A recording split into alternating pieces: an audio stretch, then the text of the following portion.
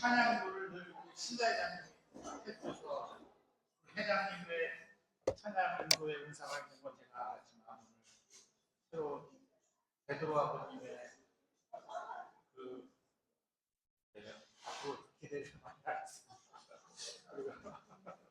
그리고 저기 우리 권석준 신부님도 저는 찬양 예배 인도하는 건 처음 봐요. 앞으로 회장님 짐이 많이 벌어지실 것 같습니다.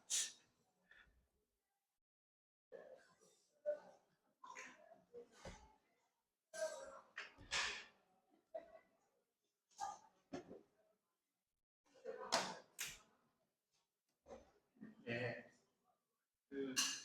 저희 성공회 안에는 이 전례 강의를 잘하시는 분들이 계신데 모시려고 해도 주일이어서 어려워요. 그래서 주일날 그 전례에 대한 강의를 해야 되는데 그냥 저는 전례를 뭐 이렇게 전문적으로 공부하거나 깊게 관심을 가지고 있는 사람은 아니어서 근데 뭐 이 없으면 잇몸으로 해야 되니까 제가 잇몸으로 그냥 두 번 해도 이게 마지막 전례 특강으로는 마지막 특강이 됩니다.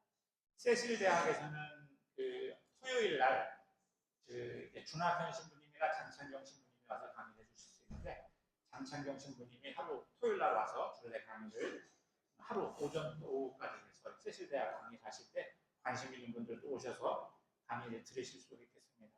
오늘은 마지막 강의인데 성찬에 대한 강의예요. 아까 저희가 그 찬양 중에 저희 찬양 성도는 다 결국은 하느님의 사랑을 우리가 받고 있는 사람이니 하나님의 사랑을 누리십시오. 이게 지금 우리 찬양의 주된 내용의 하나님을 우리를 사랑하시는 하나님을 찬양하고 경배하는 거죠. 아마 하나님의 사랑을 가장 잘 우리에게 드러내주는 성사가 성찬이라고 생각합니다. 이 교회에 따라서 우리는 그 성공회는 칠성사라고 하는 것도 가지고 있어요. 그런데 이 두 가지 성사, 성찬과 세례는 예수님이 직접 우리에게 남겨준 성사고 나머지 성사는 교회가 역사적으로 오면서 우리 신앙에 도움이 되는 성사로 이렇게 만들었다 그렇게 얘기를 합니다. 그래서 그 성사도 보긴 하지만 예수님이 직접 우리에게 남겨준 성사는 세례와 성만찬. 성찬은 예수님이 직접 우리에게 남겨준 성사입니다. 여기 보면 어거스틴이 이런 얘기를 했어요. 예수님께서 교회를 남겨주시고 교회로부터 우리가 성찬을 이끌어내는 것이 아니고 예수님께서는 우리에게 성찬을 남겨주셨고 우리는 그 성찬으로부터 교회를 이끌어냈습니다. 그러니까 교회는 성찬에서 온 것이다. 이렇게 해서 성찬에 대한 얘기를 어거스틴이 얼마나 성찬이 우리 그리스도교 신앙에서 중심에 있는 것인지 얘기를 합니다. 근데 이 성찬에 대해서는 교파마다 조금씩 이해가 달라요. 이 성찬이 모든 그리스도인들을 하나로 묶어주는 가장 중요한 성사입니다. 그렇게 얘기하는데, 그러니까 저희가 다른 여러 교파들이 모여서 예배를 드릴 때 마지막에는 늘 성찬을 해요. 왜냐하면 예수님이 남겨주신 성찬을 함께 나누는 것으로 우리가 한 하느님을 믿고 한 예수님을 다 그리스도라고 고백하는 사람들이지만 우리가 서로 교파 간에 나누어져 있지만 이 성찬을 통해서 우리 다 하나가 됩니다. 그래서 어떤 형식으로든지 성찬을 하는데 이 성찬에 대해서는 조금씩 교파마다 이해가 달라요. 우리가 제일 단적으로 아는 게 우리 로마 가톨릭 교회 가면 우리한테 영성치를 안 해주잖아요. 정교회 가도 안 해주고 아마 세례를 받은 모든 신자들에게 이 성찬을 열어주는 것은 아마 성공회 물론 이제 장로교는 성찬을 그렇게 비중 있게 교회 예배에 도입하고 있지는 않으니까. 그러니까 아마 성공회가 그런 점에서 가장 열려 있는 교파들을 이렇게 아우르는. 그러니까 성찬은 그러니까 예를 들면 왜 로마 가톨릭에서는 그 성찬에 대한 이해가 다르기 때문에 그분들은 파체설 이런 거에서 하는데 우리가 그렇게 믿는 사람들에 한해서만 이게 성사로 의미가 있으니 그렇게 믿지 않는 분들 이것을 우리가 나눌 수가 없습니다. 이런 입장입니다. 근데 성공에는 성찬에 대한 이해가 또 로마 가톨릭하고 좀 다르고 교파마다 성찬에 대한 이해가 조금씩 다릅니다. 그럼에도 불구하고 성찬이 모든 그리스도교를 하나로 모으는 가장 중요한 성사라는 것에서는 모두 다 동의해요. 근데 그 해석에서 조금씩 차이가 있는 거다. 그래서 가끔 가면 우리 신부님 중에 예전에는 피정집에 가면 저희 성공의 신부님들이 가면 거기에 성찬에 다 참여를 시켰었어요. 이상하게 근래 오면서 더 이렇게 약간 보수화되면서 성찬을 못하게 하는 거예요. 신부님이 기사 때 우리 신부님하고 싸우긴 났어요. 다음부터 그냥 근데 또 싸울 일은 아닌데 이해가 달라서 그런 거니까 그냥 그러려니 이렇게 우리가 해야 되는 부분이 있어요. 네.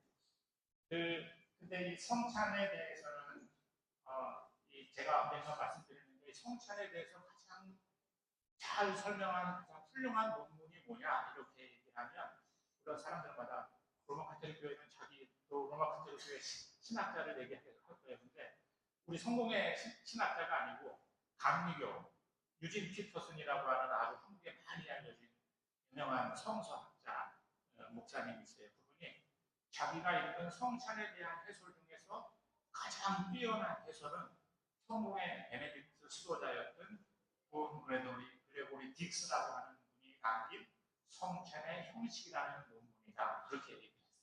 그러니까 다른 우리 교단에서도 그렇게 생각하지만 다른 교파에 있는 아주 훌륭한 신학자가 성찬에 대해서 가장 훌륭한 해설은 본 그레고리 딕스 수사님의 성찬의 형식이라는 논문입니다.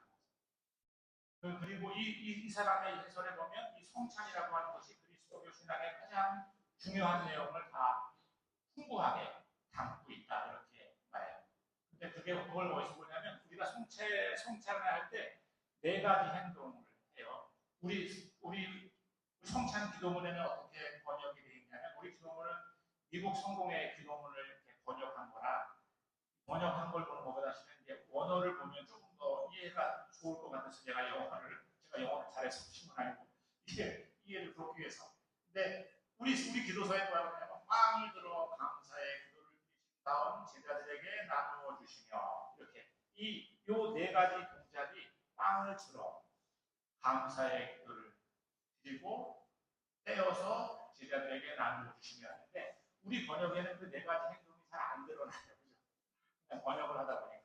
근데 영어로 쓰면 영어로 보면 제가 다음에 on the night he was handed over to suffering and death. 그러니까 죽기 돌아가신 전날에 예수님이 Christ took the bread, 그러니까 빵을 취하시어서 그다음에 그죠? And when he had given thanks, 그러니까 감사를 드린 다음에 he broke it, 그것을 떼어서 그다음에 give it to his disciples, 그러니까 그의 제자들에게 나누어 주셨다. 이게 우리가 번역한 기도서의 원문이야. 그러니까 이 4가지 행동이 아까 돈 그레고리 딕스라고 하는 분이 한 이 4가지 행동은 이름은 오병의 기적의 이야기, 그다음에 4,000명을 먹이신 기적의 이야기, 성서에 성찬에 대한 이야기가 나올 때 이 4가지 행동은 다 들어갑니다. 똑같이. 근데 우리 번역에는 그게 잘 안 들어가요. 영어 번역이니까. 근데 우리 번역에는 이 4가지 행동이 이 성찬의 영성을 드러내는 가장 상징적인 행위입니다. 이렇게 설명을 했어요. 첫 번째는 취하기, 받아들이기. 하나는 우리가 드리는 것을 하나님께서도 받으세요. 우리가 드리는 걸 받으시잖아요. 이건 제가 그냥 뒤에 이 다시다 하나하나 설명이 되는 거니까 그냥 넘어가겠습니다. 여기 가운데 있는 저분이 돈 그레고리 딕스라고 하는 우리 베네딕트 성공의 수사님이세요. 네. 첫 번째가 테이프 이렇게 했어요. 그거는 뭐냐면 받는 거예요. 우리가 성찬 예배 드릴 때 이 받는 것에 대한 이야기가 동원할 때, 그죠? 우리가 사대가 제대해서 포도주와 빵을 준비할 때 제가 받잖아요, 그죠? 그때 목사들이 가져오는 걸 제가 받아서 이게 첫 번째 받는 행위예요. 두 번째는 우리의 봉헌을 가지고 오잖아요. 그때도 받아요. 그죠? 그리고 세 번째는 우리가 받아 먹으라 그래서 받을 때 우리가 또 받아요. 그래서 이 받는 행위, 취하는 행위가 이 성찬에서 굉장히 중요한 행위다.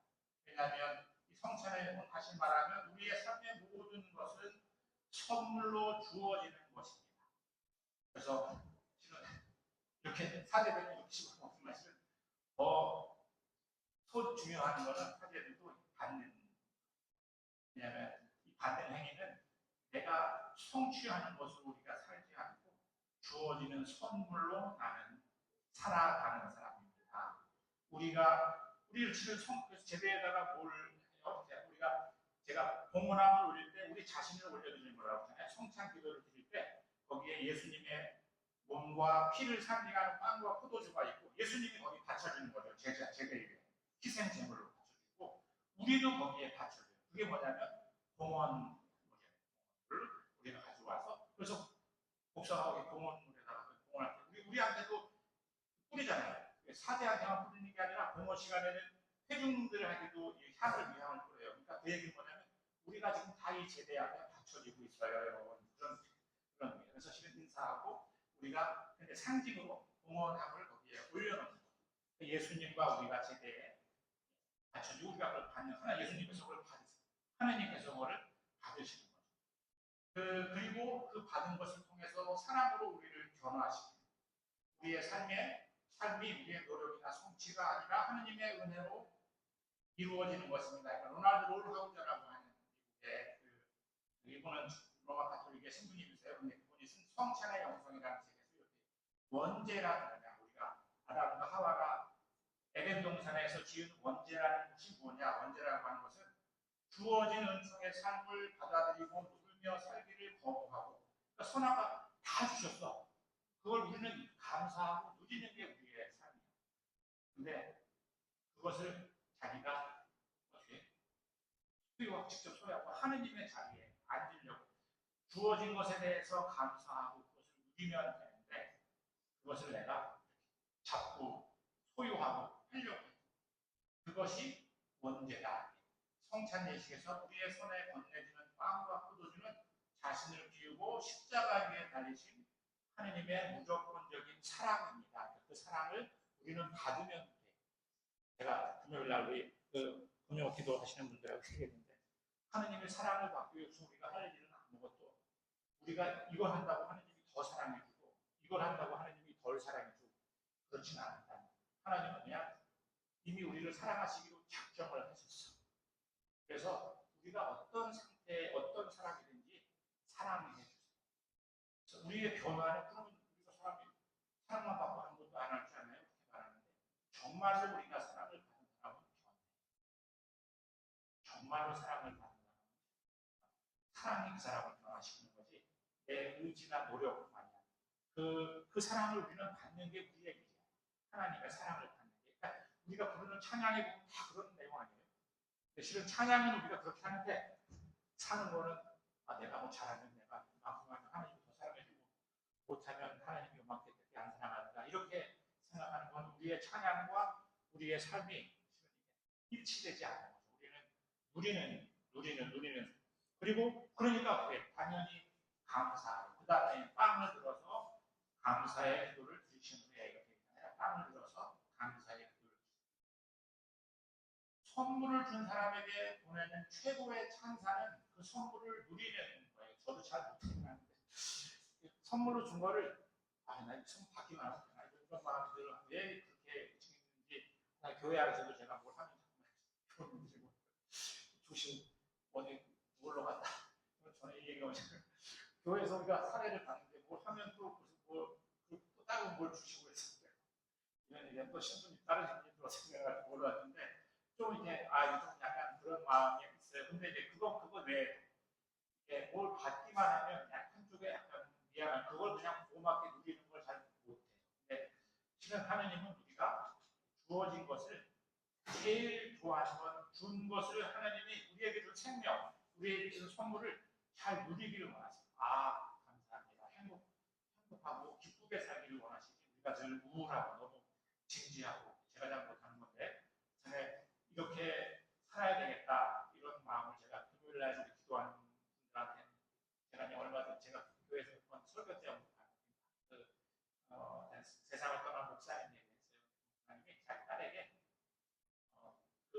유언 그 딸에게 늘 너는 하느님이 너 얼마나 사랑하는데 너는 그냥 행복하고 기쁘고 감사하게 살아.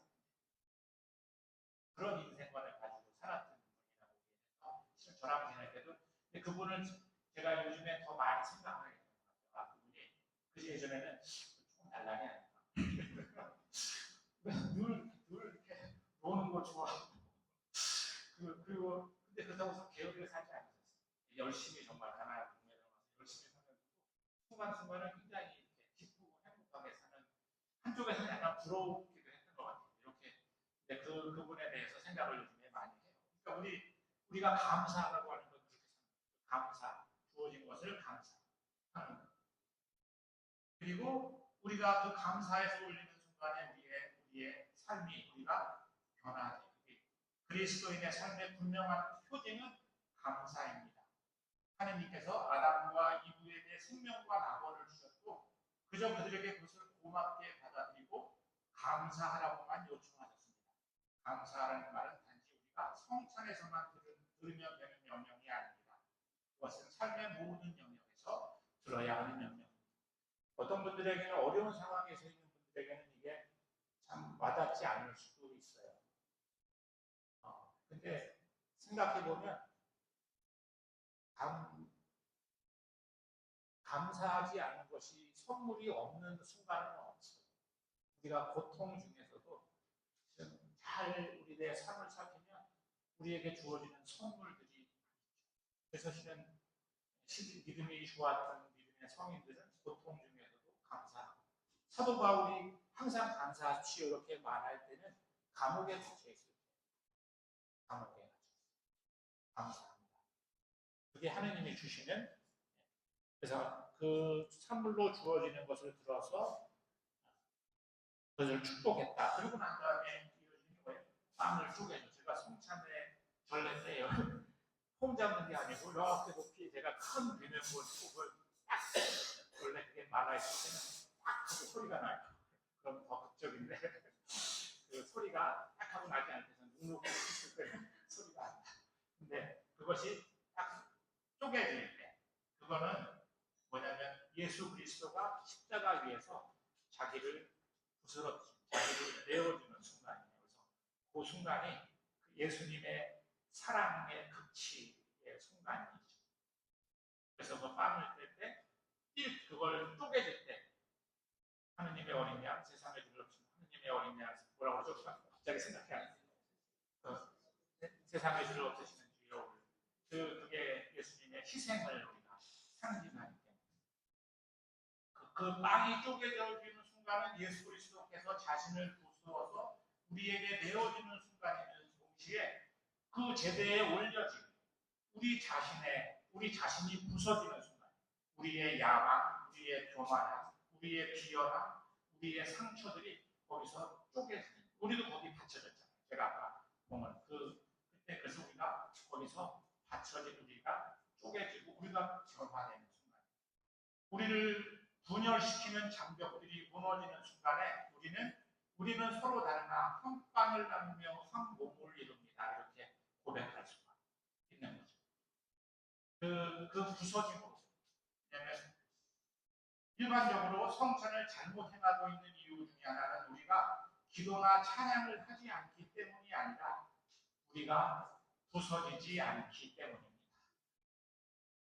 우리가 거기서 부서져야 되는데 우리는 그냥 구경만 하고 우리는 거기서 우리가 부서지지 않기 때문에 성찬의 식탁에서 나만의 세계에 머물거나 자기 충족적인 상태에 있는 것이 허락되지 않습니다. 우리는 십자가 안으로 이끌려가고 함께 식탁을 나누며 십자가를 몸으로 표현합니다. 우리 자신이 거기서 쪼개지는 순간이라는 거죠. 그래서 이 쪼개지는 순간이 우리가 변화되는 순간. 우리가 받쳐진 우리가 그 시간에 거기서 변화되는 거죠. 우리의 결정과 편협함을 인식하지 않고서 우리는 부부 공동체, 가정 공동체, 교회 공동체, 친구 공동체, 그 밖에 여러 공동체를 지킬 수 없습니다. 우리가 부서지지 않으면 참 공동체를 한다고 하는 게 아프고 힘든 일이잖아요.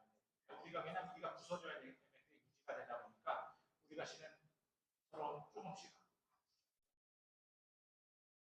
우리는 변화되고 성숙해지려고 하든지 아니면 떠나든지 둘 중에 하나를 선택하는 수밖에 없습니다. 하지만 우리는 변화되기 위해서 깨어지고 부서져야 합니다. 예배가 충만한 의미를 창출하지 못하는 이후의 성장 부분은 성찬식에서 변화되는 것이 빵과 포도주 뿐이기 때문입니다.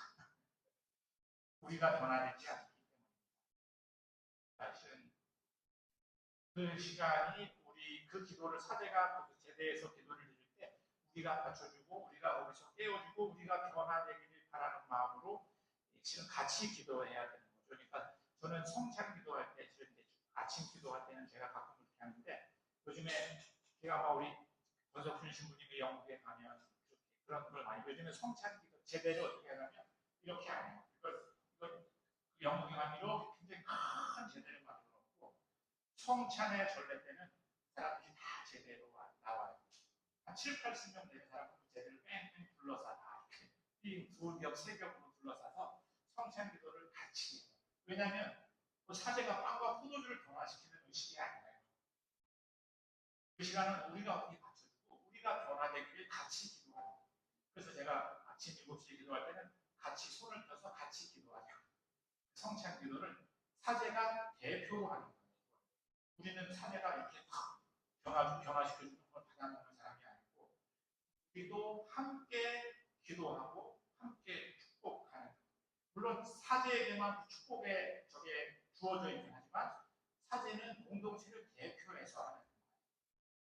사제이기 때문에 사제라는 신분인 거예요. 그러니까 사제가 공동체를 대표해서 같이 기도하는 거죠. 그래서 실은 그때 우리가 받쳐주고 우리가 그것을 나눈다. 그래서 요즘에는 아마 신부님도 가면 그렇게 그런 제대를 많이 보게 될 거예요. 나와서 같이 성찬을 같이 축복하고 기도하는 정도예요.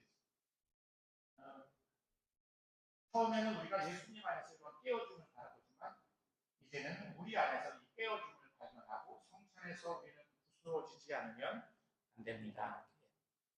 마지막은 나누는 게 그래서 제자들에게 그걸 나누어 주세요. 성공의 신학의 기초를 놓은 저는 이분 책을 읽어보진 않았어요. 저 뒤에 우리 새로 오신 교우님은 리차드 후커라고 하는 분의 책을 읽었대요. 이분은 성공의 신학에서 굉장히 중요한 분인데 한국에 번역된 책이 없어요. 강촌에 있는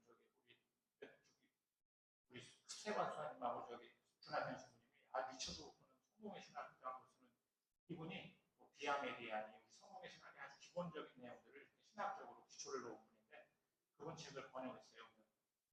저는 실은 받아놓고 읽지 않아요. 저 뒤에 계신 분 읽고 오셨대요.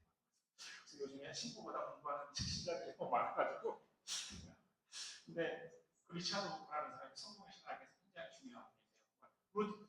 무슨 무토기엔 무토가 있고 장로계는 칼빈이 있고 성공에 누가 있어 보면 그때 얘기하는 분 중에 한 분이 리차드 후커라는 분인데 그 리차드 후커가 또 한 사람은 뭐냐면 성공의 사제이면서 조지 허버트라고 하는 사람 아주 영문학을 하는 사람들한테 유명한 시인이에요. 17세기에 캐롤라인 디바인이라고 해서 17세기 유명한 시인 사람들한테 시인으로 알려져 있는데 실은 성공의 사제 존 던이라는 사람 누구를 위하여 종을 울리나 그 사람들은 성공의 사제 근데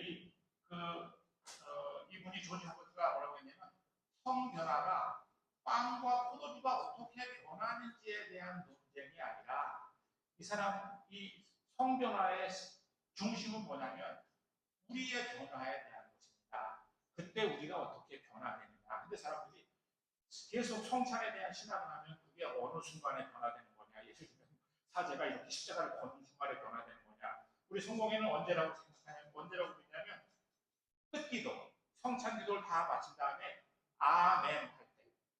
왜냐하면 그거는 신부가 혼자 기술을 불려서 무슨 마법을 행하는 게 아니라 신부가 함께 여러분들하고 기도하고 믿는 우리가 모두 이 순간에 여기에 예수 그리스도께서 임재하십니다고 아멘하고 고백할 때 그때 이것은 성사적으로 그리스도의 몸과 피로 우리가 그것을 모신다는 거예요. 그래서 요즘에 이제 우리가 마지막 그 성찬기도 끝난 다음에 아멘 아멘 세 번 하잖아요. 대아멘이라고 해요.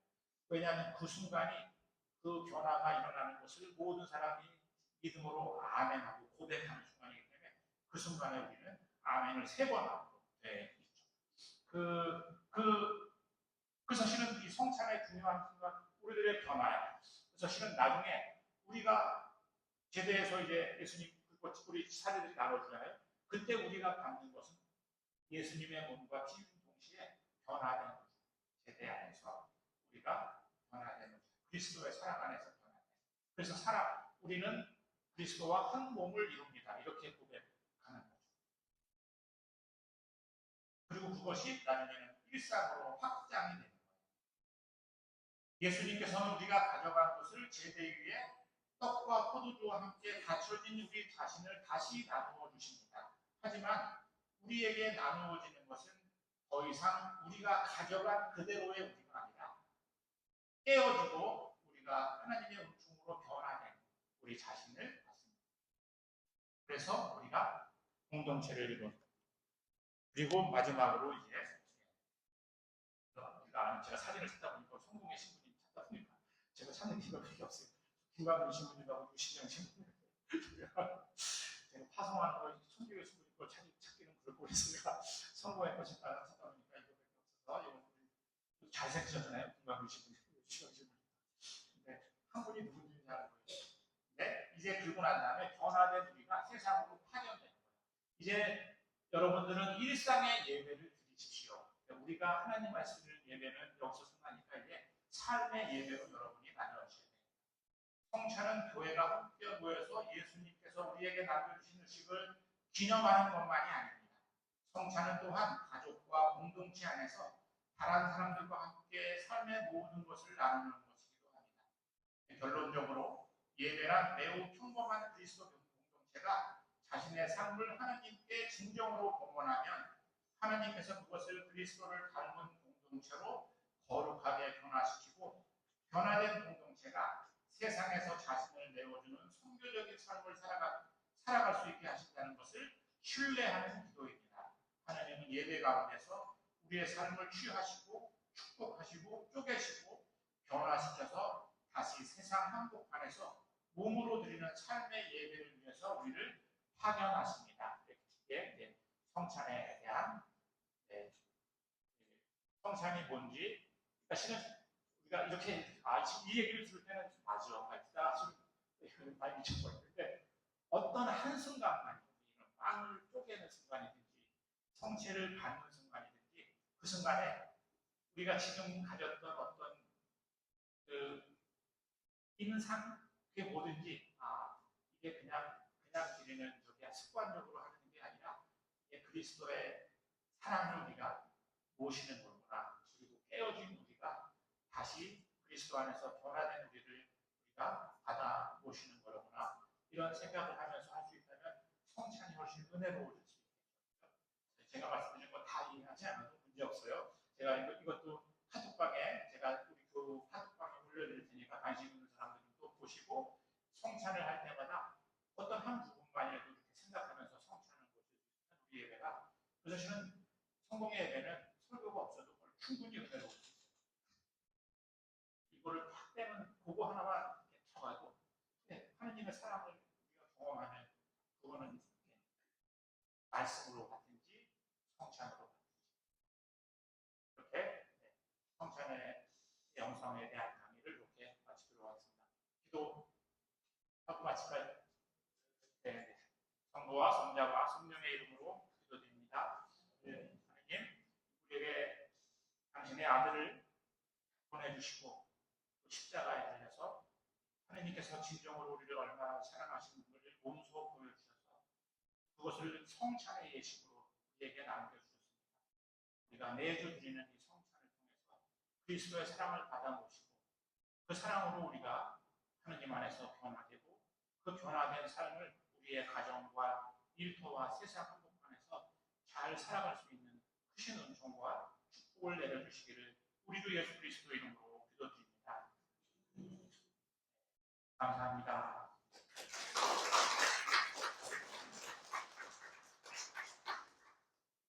이거를 쓰라는 걸 제가 못 썼네.